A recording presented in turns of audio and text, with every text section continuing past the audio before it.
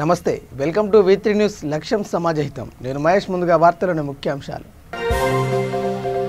జల జగడంపై సంచలన వ్యాఖ్యలు చేసిన మంత్రి ప్రశాంత్ రెడ్డి మరో యుద్ధానికి తెలంగాణ ప్రజలు సిద్ధంగా ఉండాలని పిలుపు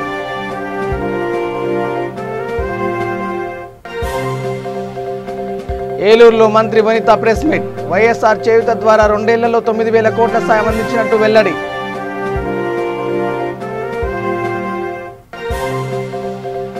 ప్రొద్దుటూరులో నూతన ఎమ్మెల్సీ రమేష్ యాదవ్ కు ఘన స్వాగతం ఎమ్మెల్సీగా అవకాశం ఇచ్చి సీఎం కడప చరిత్రలో సృష్టించారన్న ఎమ్మెల్సీ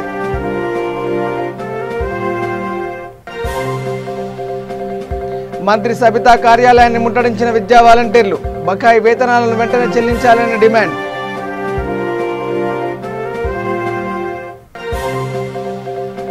కొత్తపేటలో బీజేవైఎం ఆధ్వర్యంలో ధర్నా జీవో నెంబర్ 46ను కఠినంగా అమలు చేయాలంటూ ఆందోళన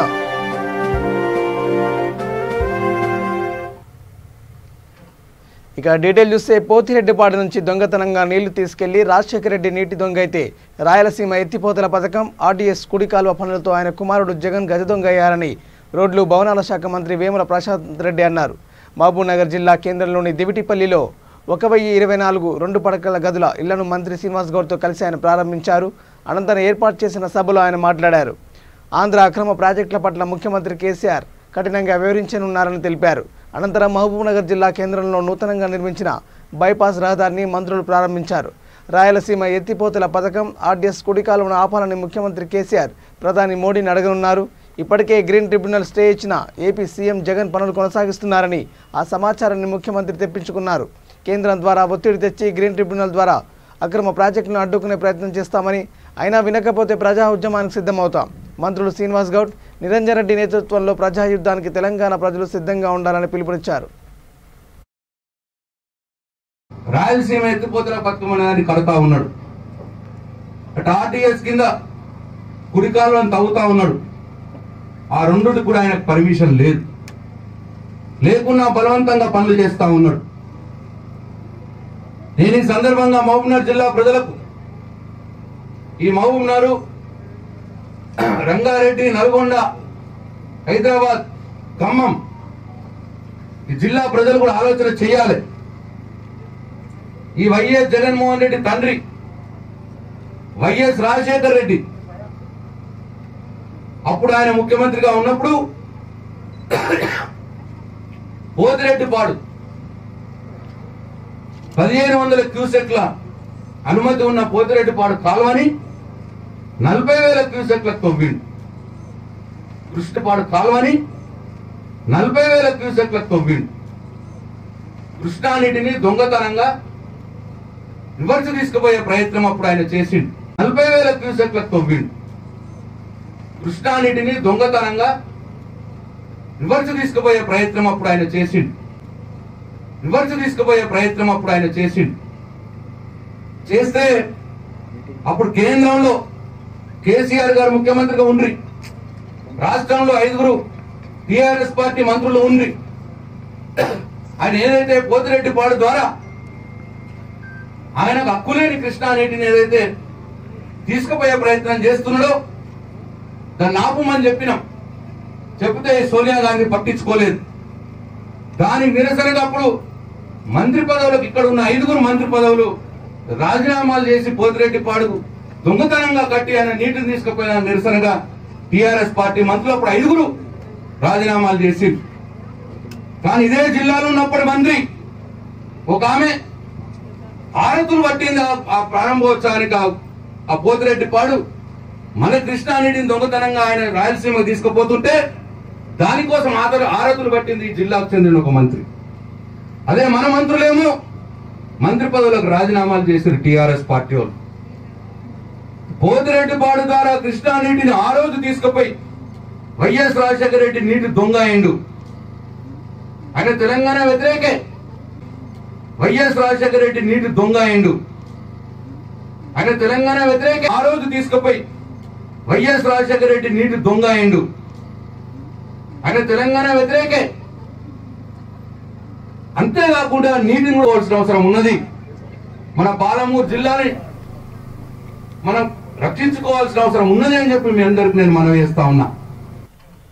ఇక వైఎస్ఆర్ చేయూత అనే పథకం 4 ఏళ్లలో 75,000 రూపాయల చొప్పున సాయం చేసే గొప్ప కార్యక్రమాన్ని మంత్రి వనిత అన్నారు.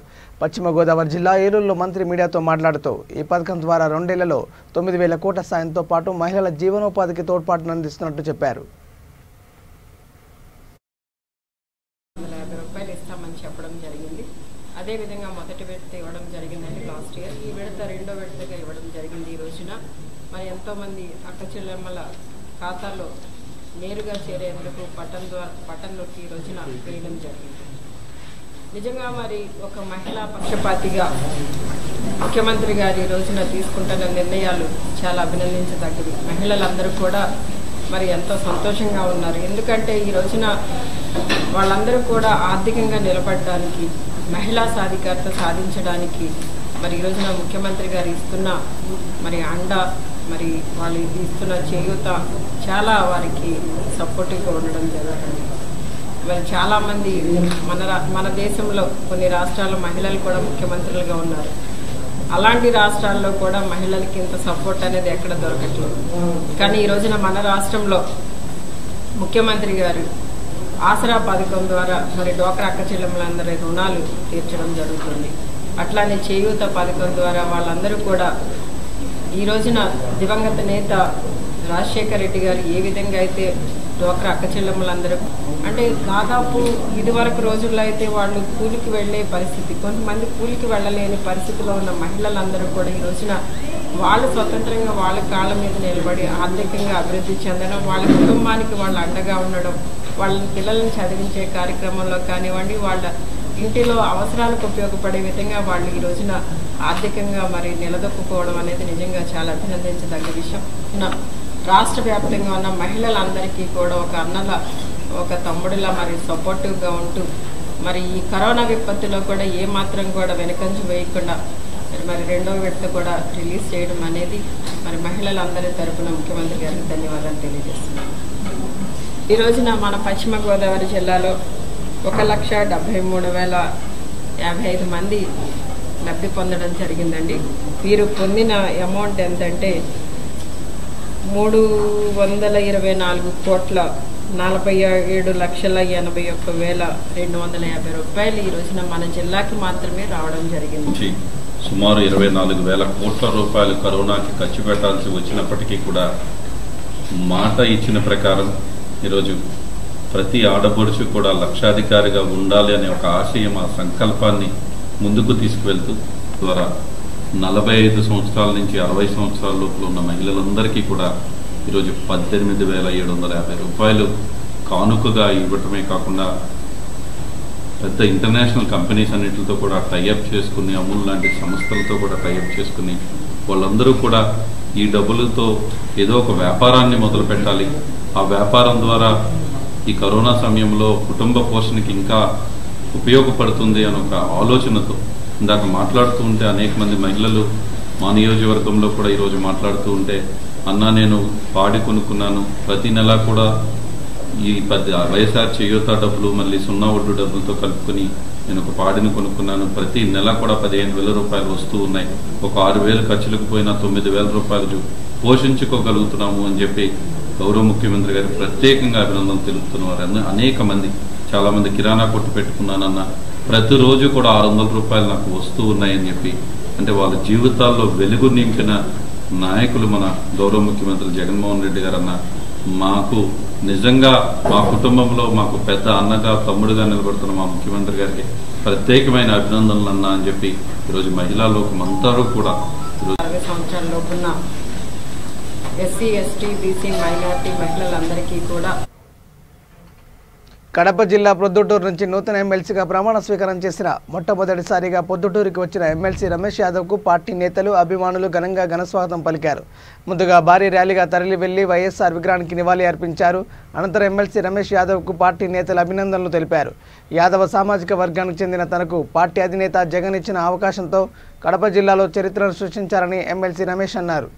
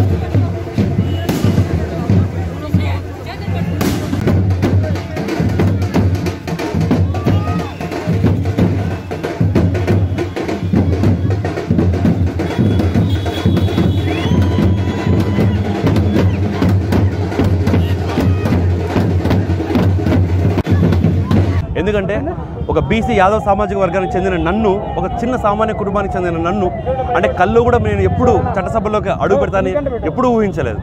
కడప జిల్లా నుంచి మొట్టమొదటిసారిగా బీసీ యాదవ కమ్యూనిటీకి చెందిన నన్ను ఈరోజు చట్టసభలు పంపిస్తున్న మన ముఖ్యమంత్రి వైఎస్ జగన్మోహన్ రెడ్డి సార్కి మరియు వైఎస్ అవినాష్ రెడ్డి సార్కి ఎంపీ గారికి మరియు మన ఎమ్మెల్యే రాజమౌళి శివప్రసాద్ గారికి జన్మజన్మలా వాళ్ళకు రుణపడి ఉంటాను.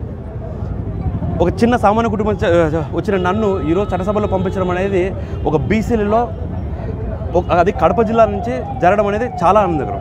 అన్ని పార్టీలు ఈ రోజు వరకు బీసీలకు పెద్దపీట వేస్తామని చెప్పారు, కానీ ఇంతవరకు ఎవరు చేయలేరు. కానీ మన ముఖ్యమంత్రి గారు ప్రమాణ స్వీకారం చేసిన వెంటనే ప్రతి ఒక్క దాంట్లో బీసీలకు సుమారు 50 నుంచి 60% రిజర్వేషన్లు ఇచ్చి బీసీలకు పెద్దపీట వేస్తున్నారు. అందులో భాగంగానే ఈరోజు 4 గవర్నర్ కోటాలో ఎమ్మెల్సీ దాంట్లో సంబంధించి కూడా నాకు ఇవ్వడం అనేది చాలా రుణపడి ఉంటారు సార్ వాళ్ళు. ఈ అవకాశం ఇచ్చిన ప్రొద్దుటూరు ప్రజలకు మరియు ముఖ్యంగా మా ఎమ్మెల్యే గారికి, వైఎస్ఆర్సీ పార్టీ కార్యకర్తలకు కానీ లీడర్స్ కానీ ప్రతి ఒక్కరికి మరొకసారి నమస్సుమాంజలి. మేమందరం కలిసికట్టుగా బాగా పనిచేసి ఇంకా వైఎస్ఆర్సీ పార్టీని ముందుకు తీసుకెళ్ళి మన సంక్షేమ పథకాలు ప్రతి ఒక్క బలుగు బలహీన వర్గాలకు అందరికీ చేరే విధంగా చూస్తామని చెప్తాను. ప్రభుత్వ పాఠశాలలో పనిచేస్తున్న విద్యా వాలంటీర్ను రెన్యువల్ చేసి 14 నెలల బకాయి వేతనాలను వెంటనే చెల్లించాలని బీసీ సంక్షేమ సంఘం జాతీయ అధ్యక్షుడు ఆర్ కృష్ణ డిమాండ్ చేశారు. విద్యా వాలంటీర్లపై రాష్ట్ర ప్రభుత్వం వివక్షత నిరసిస్తూ హైదరాబాద్ బషీర్బాగ్లోని రాష్ట్ర విద్యాశాఖ మంత్రి సబితా ఇంద్రారెడ్డి కార్యాలయాన్ని విద్యా వాలంటీర్లతో కలిసి ముట్టడించారు. సీఎం కేసీఆర్ దృష్టికి తీసుకెళ్లకుండా విద్యాశాఖ అధికారులు మొండి వైఖరి వహిస్తున్నారని కృష్ణయ్య ఆరోపించారు. కరోనా కారణంగా ప్రైవేట్ పాఠశాలలో పనిచేస్తున్న 2,20,000 మంది ఉపాధ్యాయులకు నెలకు 2,000 రూపాయలు, 25 కిలోల బియ్యం ఇస్తున్నట్లుగానే 16,000 విద్యా వాలంటీర్లు కూడా సర్కార్ సాయం చేయాలని డిమాండ్ చేశారు. తక్షణమే విద్యా వాలంటీర్ల సమస్యను పరిష్కరించాలని, లేని పక్షంలో ముఖ్యమంత్రి దిగివచ్చేలా ఉద్యమాన్ని ఉధృతం చేస్తామని కృష్ణయ్య హెచ్చరించారు.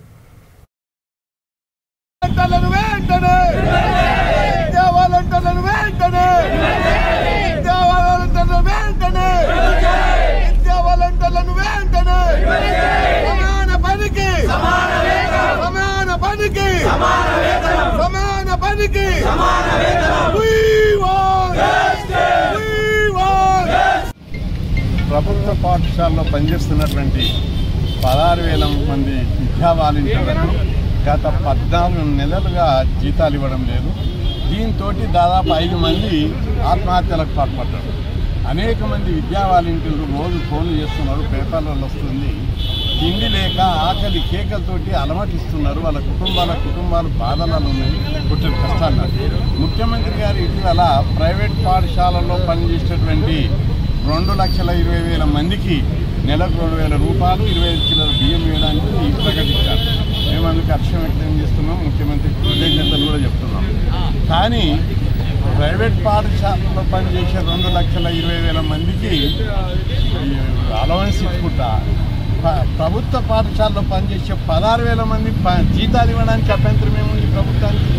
అనేక మంది ఈ కరోనా కోవిడ్ సమయం లోపల కూర్చున్నబెట్టి అందరికీ జీతాలు ఇస్తలేరా? మంత్రులు జీతాలు ఇస్తున్నారు, ఎమ్మెల్యేలు జీతాలు ఇస్తున్నారు, ఉద్యోగస్తుల జీతాలు ఇస్తున్నారు. మరి విద్యా వాలంటీర్ల జీతాలు ఇవ్వడానికి అభ్యంతరం ఏమున్నదని చెప్పి నేను ప్రభుత్వాన్ని సవాల్ చేస్తున్నాను. వీళ్ళు వేరే దేశానికి వెళ్ళి రాలేదు, వేరే కంట్రీకి వెళ్ళి రాలేదు, ఇతర రాష్ట్రాలు లేదు, తెలంగాణ బిడ్డలు. పైగా బీఈడీలు, ఎంఎస్సీలు, ఎంఈడీలు, బీఈడీలు, డిఈడీలు పాస్ అయ్యి, టెట్ పాస్ అయ్యి ప్రభుత్వం పెట్టినటువంటి ఆన్లైన్ ఎగ్జామ్ లోపల రాజ్యాంగబద్ధమైన రిజర్వేషన్లు పాటించుకుంటూ ఇవన్నీ చేశారు. లెక్క పంటి సెలెక్ట్ చేశారు. ఇటువంటి వాళ్లకు రెగ్యులరైజ్ చేసేది పోయి ఉన్న జీతాలు ఇవ్వకపోవడం అనేది సరైన పద్ధతి కాదు. వెంటనే ప్రభుత్వం, ముఖ్యమంత్రి గారు స్పందించాలి. విద్యా వాలంటీర్లు దగ్గర చదువుకున్న వాళ్ళందరూ కలెక్టర్లు కూడా అయిన మొన్న పోయిన బ్యాచ్లో ఒక విద్యా వాలంటీర్లు చదువు చెప్తే కలెక్టర్లు అయ్యిండ్రు, డాక్టర్లు అయ్యిండ్రు, ఇంజనీర్లు అయ్యిండ్రు, పెద్ద పెద్ద ఆఫీసర్లు అవుతున్నారు. కానీ వీళ్ళ అందరి బతుకులు మారుస్తున్నారు. వీళ్ళ బతుకులు మాత్రం ఎవరు మారుస్తలేరు. కాబట్టి ప్రభుత్వం ఇప్పటికే వెంటనే స్పందించి విద్యా వాలంటీర్ పేరు కూడా తీసేయాలి, కాంట్రాక్ట్ టీచర్లు పెట్టాలి.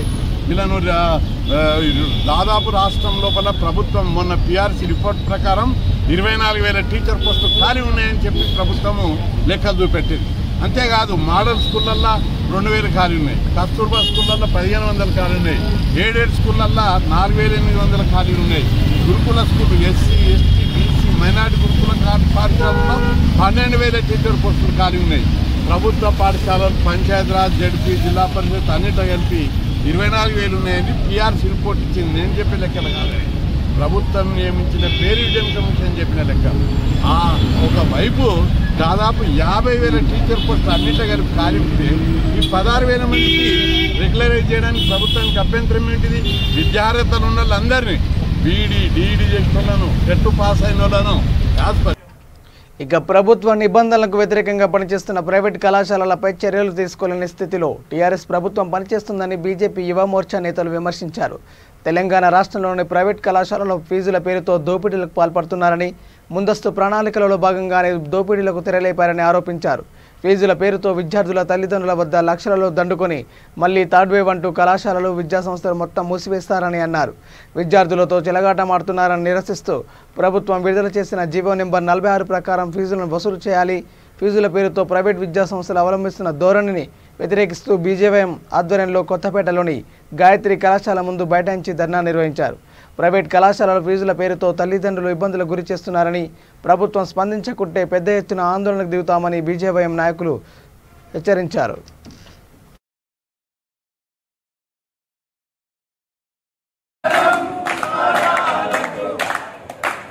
ఈరోజు ప్రైవేట్ కాలేజీలు కొమ్ము కాసిన కేసీఆర్ ఈరోజు థర్డ్ వే వస్తుందని ప్రపంచం మొత్తం మొత్తుకున్న తరంలో స్కూళ్ళని కాలేజీని కేవలం కార్పొరేట్ వాళ్ళకి పైసలకి ఈరోజు అమ్ముడుపోయిన కేసీఆర్ థర్డ్ వేవ్స్ అని చెప్పేసి ప్రజలందరూ మొత్తుకుంటుంటే ఈ సమయంలో కేవలం ప్రైవేట్ కాలేజ్కి లబ్ధితే విధంగా ఈరోజు నువ్వు స్కూళ్ళని కాలేజీని నామకే వాస్తే తూతు మంత్రం లాగా 15 రోజులు 20 రోజులు కుల్లా వేసి మళ్ళీ రేపు పొద్దున కరోనా పెరిగిందని చెప్పేసి మళ్ళా బంద్ చేసి ఈ సమయంలో ప్రైవేట్ కాలేజీలు పేరెంట్స్ దగ్గర విపరీతంగా అసలు 50% ఫీజు కడితేనే ఈరోజు క్లాసులు చెప్తాను, లేకుండా చెప్పని పరిస్థితుల్లో ఈరోజు ప్రైవేట్ కాలేజీలు డిమాండ్ చేస్తున్నాయి. అదేవిధంగా పేరెంట్స్ని డైరెక్ట్గా బ్లాక్మెయిల్ చేయడం జరుగుతుంది.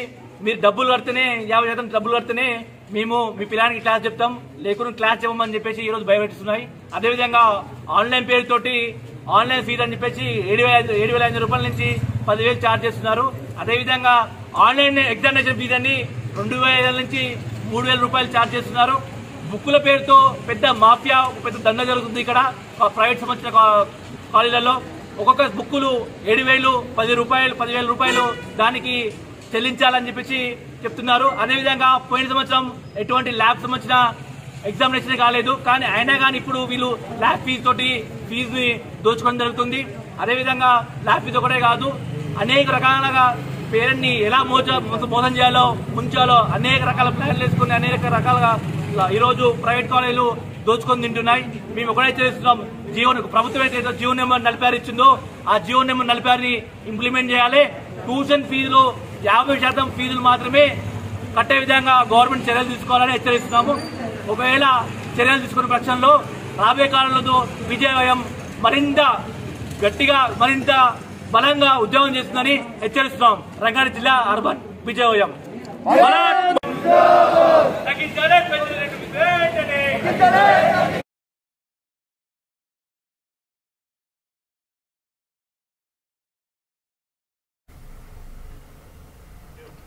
గుంటూరులో విద్యాశాఖ అధికారులు పుస్తకాలను పంపిణీ చేశారు. శ్రీనివాసరెడ్డి ఆధ్వర్యంలో జగనన్న విద్యా కానుక పథకం ద్వారా చిన్నారులకు పుస్తకాలను అందించారు. ఏపీలో విద్యా నూతన సంవత్సరం షెడ్యూల్ ప్రారంభం కాని నేపథ్యంలో అధికారులు ముందస్తుగా పుస్తకాలను పంపిణీ చేశారు. గుంటూరు అర్బన్ కేంద్రంలో ఉన్న ప్రభుత్వ పాఠశాలలో జగనన్న విద్యా కానుక ద్వారా పుస్తకాలను అందిస్తున్నామని అధికారులు తెలిపారు.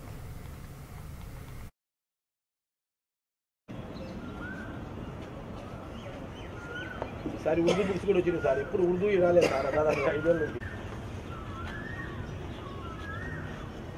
ఓకే జిల్లా మొత్తం ఎందుకు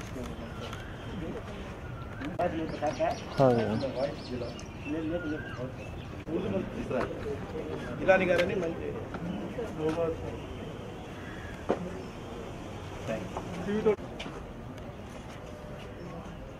ఓకే ఓకేనా. సంవత్సరాలకు గాను పాఠశాలలు పునఃప్రారంభం ఇంకా షెడ్యూల్ విడుదల కాలేదు. పునఃప్రారంభానికి ముందే ఈ ఏడాది అన్ని స్కూళ్ళకు కూడా పుస్తకాల పంపిణీ స్కూల్ పాయింట్ వరకు పంపిణీ ప్రారంభించడం జరిగింది. ప్రత్యేకించి గుంటూరు జిల్లాకి ఇప్పుడు మనం ఈరోజు గుంటూరు అర్బన్ మండల కేంద్రంలోని అన్ని ప్రభుత్వ, మున్సిపాలిటీ, గవర్నమెంట్, ఎయిడెడ్ పాఠశాలలు కూడా ఈ బుక్స్ ఉచితంగా ఇవ్వడం జరుగుతుంది ప్రభుత్వం. ఈ బుక్స్ను తర్వాత వచ్చేటువంటి జగనన్న విద్యా కానుక కిట్లలో ఆ కిట్లకు సంబంధించిన యూనిఫామ్లు, షూస్ అవన్నీ ఏదైతే ఉన్నాయో నోట్ బుక్స్ అన్నిటితో కలిపి స్టూడెంట్ ఎవరైతే పాఠశాలలో చేస్తారో ఆ రోజు వాళ్ళకు ఇవ్వడం జరుగుతుంది. మరి జిల్లాకు అవసరమైనటువంటి బుక్స్ అన్నీ కూడా దాదాపు రావడం జరిగింది. ఇంకా కొన్ని టైటిళ్ళు మాత్రం మనకు ఇంకా నెక్స్ట్ వీక్లో ఆ టైటిల్స్ కూడా వస్తాయి. ఇవన్నీ కూడా పంపిణీ స్టార్ట్ అయిందని చెప్పి తెలియజేస్తున్నాం. 2021-22 అకాడమిక్ ఇయర్కి సంబంధించిన పాఠ్యపుస్తకాలు జిల్లా మొత్తానికి రావడం జరిగిందండి. టెక్స్ట్ బుక్ గోడౌన్కి 17 లక్షల పుస్తకాలు రిసీవ్ చేసుకున్నాం. ఈ 17 లక్షల పుస్తకాల్లో ఇప్పటి వరకు ఆల్మోస్ట్ 12 లక్షల పుస్తకాలు పంపించడం జరిగింది. ఏవైతే డిపో పాయింట్ నుంచి మండల్ పాయింట్కి వెళ్ళాయో మండల్ పాయింట్ నుంచి ఇమ్మీడియట్గా స్కూల్ పాయింట్లకి పుస్తకాలు ఇమ్మని చెప్పేసి ఆల్ ఎంయూఎస్కి ఆదేశాలు ఇవ్వడం జరిగింది.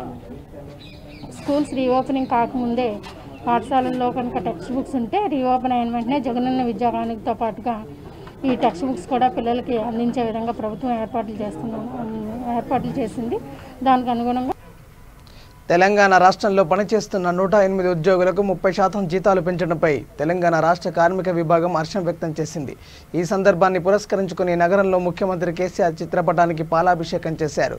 అనంతరం కార్మిక విభాగం అధ్యక్షుడు రాంబాబు యాదవ్ మాట్లాడుతూ కరోనా కష్టకాలంలో ఎదురొడ్డి సేవలందిస్తున్న 108 ఉద్యోగులను ముఖ్యమంత్రి గుర్తించి జీతాలు పెంచడం సంతోషకరమన్నారు.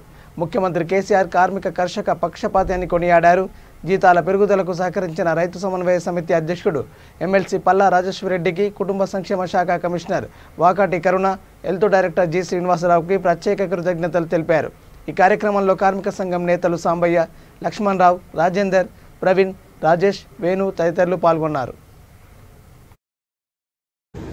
ఈ సందర్భంగా 108 ఉద్యోగులు మొత్తం కూడా కేసీఆర్ గారికి కృతజ్ఞతలు తెలియజేస్తూ ఈరోజు బాలాభిషేక కార్యక్రమాన్ని చేయడం జరిగింది.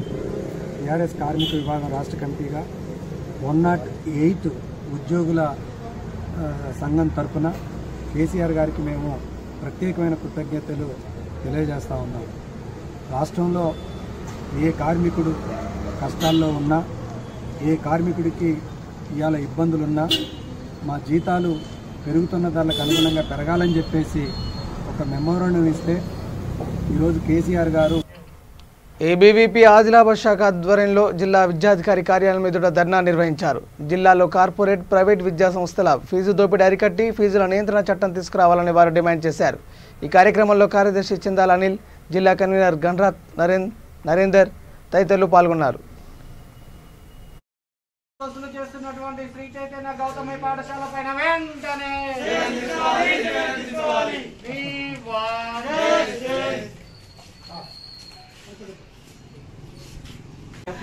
ఆన్లైన్ క్లాసులు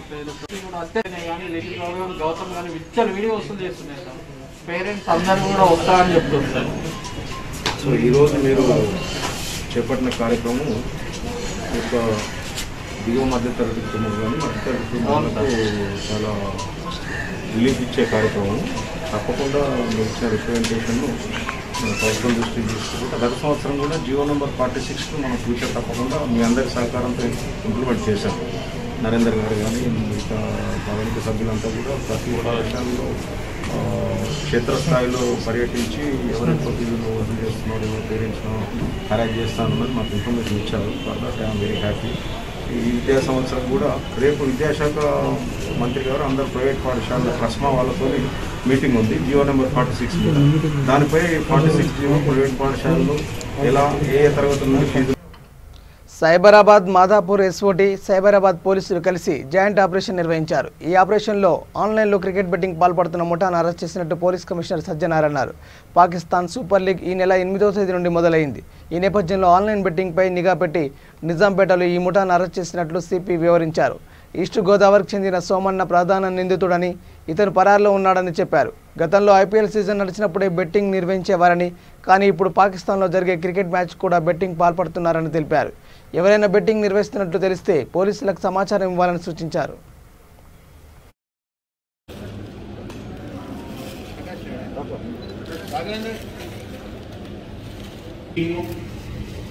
మరియు మన పాకిస్తాన్ పోలీస్ ఆఫీసర్స్ కలిసి జాయింట్ ఆపరేషన్లో ఒక క్రికెట్ బెట్టింగ్ గ్యాంగ్ని కొట్టడం జరిగింది. మీరందరూ అనుకుంటారు ఇప్పుడు ఏం లీగ్ లేవా, ఐపీఎల్ కూడా అయిపోయింది, ఇక్కడ కూడా మ్యాచెస్ లేదనుకుంటున్నారు. బట్ మనం బెట్టింగ్ ఆడేది పాకిస్తాన్లో జరిగే cricket Pakistan super league matches కోసము బెట్టింగ్ ఆడుతున్న ఈ గ్యాంగ్ని. ఏపీ వ్యాప్తంగా టీడీపీ టీఎన్ఎస్ఎఫ్ నిరసన వ్యక్తం చేస్తుంది. ప్రభుత్వం తీసుకొచ్చిన జాబ్ క్యాలెండర్ను వ్యతిరేకిస్తున్న టీడీపీ తక్షణమే ఖాళీగా ఉన్న పోస్టులను భర్తీ చేస్తూ నూతన క్యాలెండర్ను తీసుకురావాలని డిమాండ్ చేస్తుంది. విశాఖ టీఎన్ఎస్ఎఫ్ సభ్యులు టీడీపీ కార్యాలయం దగ్గర నిరసన వ్యక్తం చేశారు. జాబ్ క్యాలెండర్ను దగ్ధం చేసి ప్రభుత్వం తీరుపై ఎండగట్టారు. గతంలో జగన్ ఇచ్చిన హామీ మేరకు ఖాళీగా ఉన్న పోస్టులను భర్తీ చేయాలని డిమాండ్ చేశారు.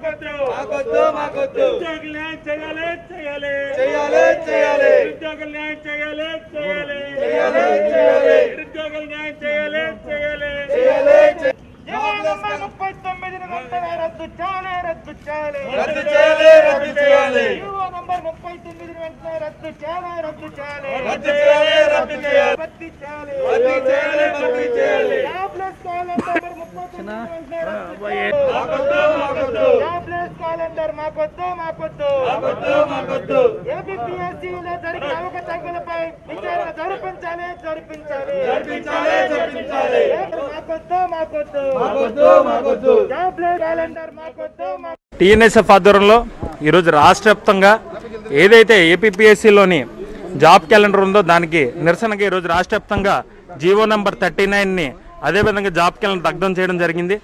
ఏదైతే జగన్మోహన్ రెడ్డి ఏదైతే పాదయాత్రలో చెప్పాడో దాదాపు 2,30,000 ఉద్యోగాలు ఇస్తానని అధికారంలో రాగానే, అధికారంలో వచ్చిన తర్వాత అసెంబ్లీ సాక్షిగా దాదాపు 1,80,000 ఉద్యోగాలు ఖాళీగా ఉన్నాయని కూడా ఆయనే చెప్పాడు.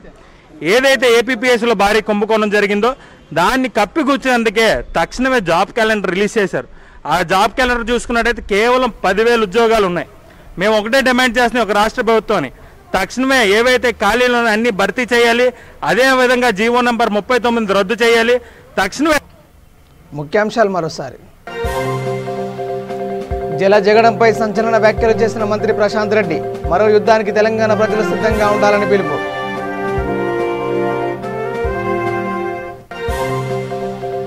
ఏలూరులో మంత్రి వనిత ప్రెస్ మీట్, వైఎస్ఆర్ చేయూత ద్వారా 2 ఏళ్లలో 9,000 కోట్ల సాయం అందించినట్టు వెల్లడి.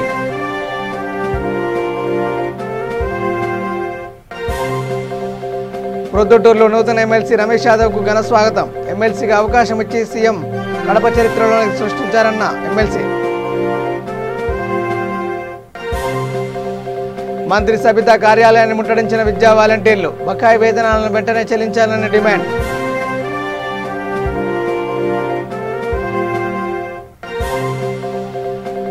కొత్తపేటలో బీజేవైఎం ఆధ్వర్యంలో ధర్నా, జీవో నెంబర్ 46ను కఠినంగా అమలు చేయాలంటూ ఆందోళన.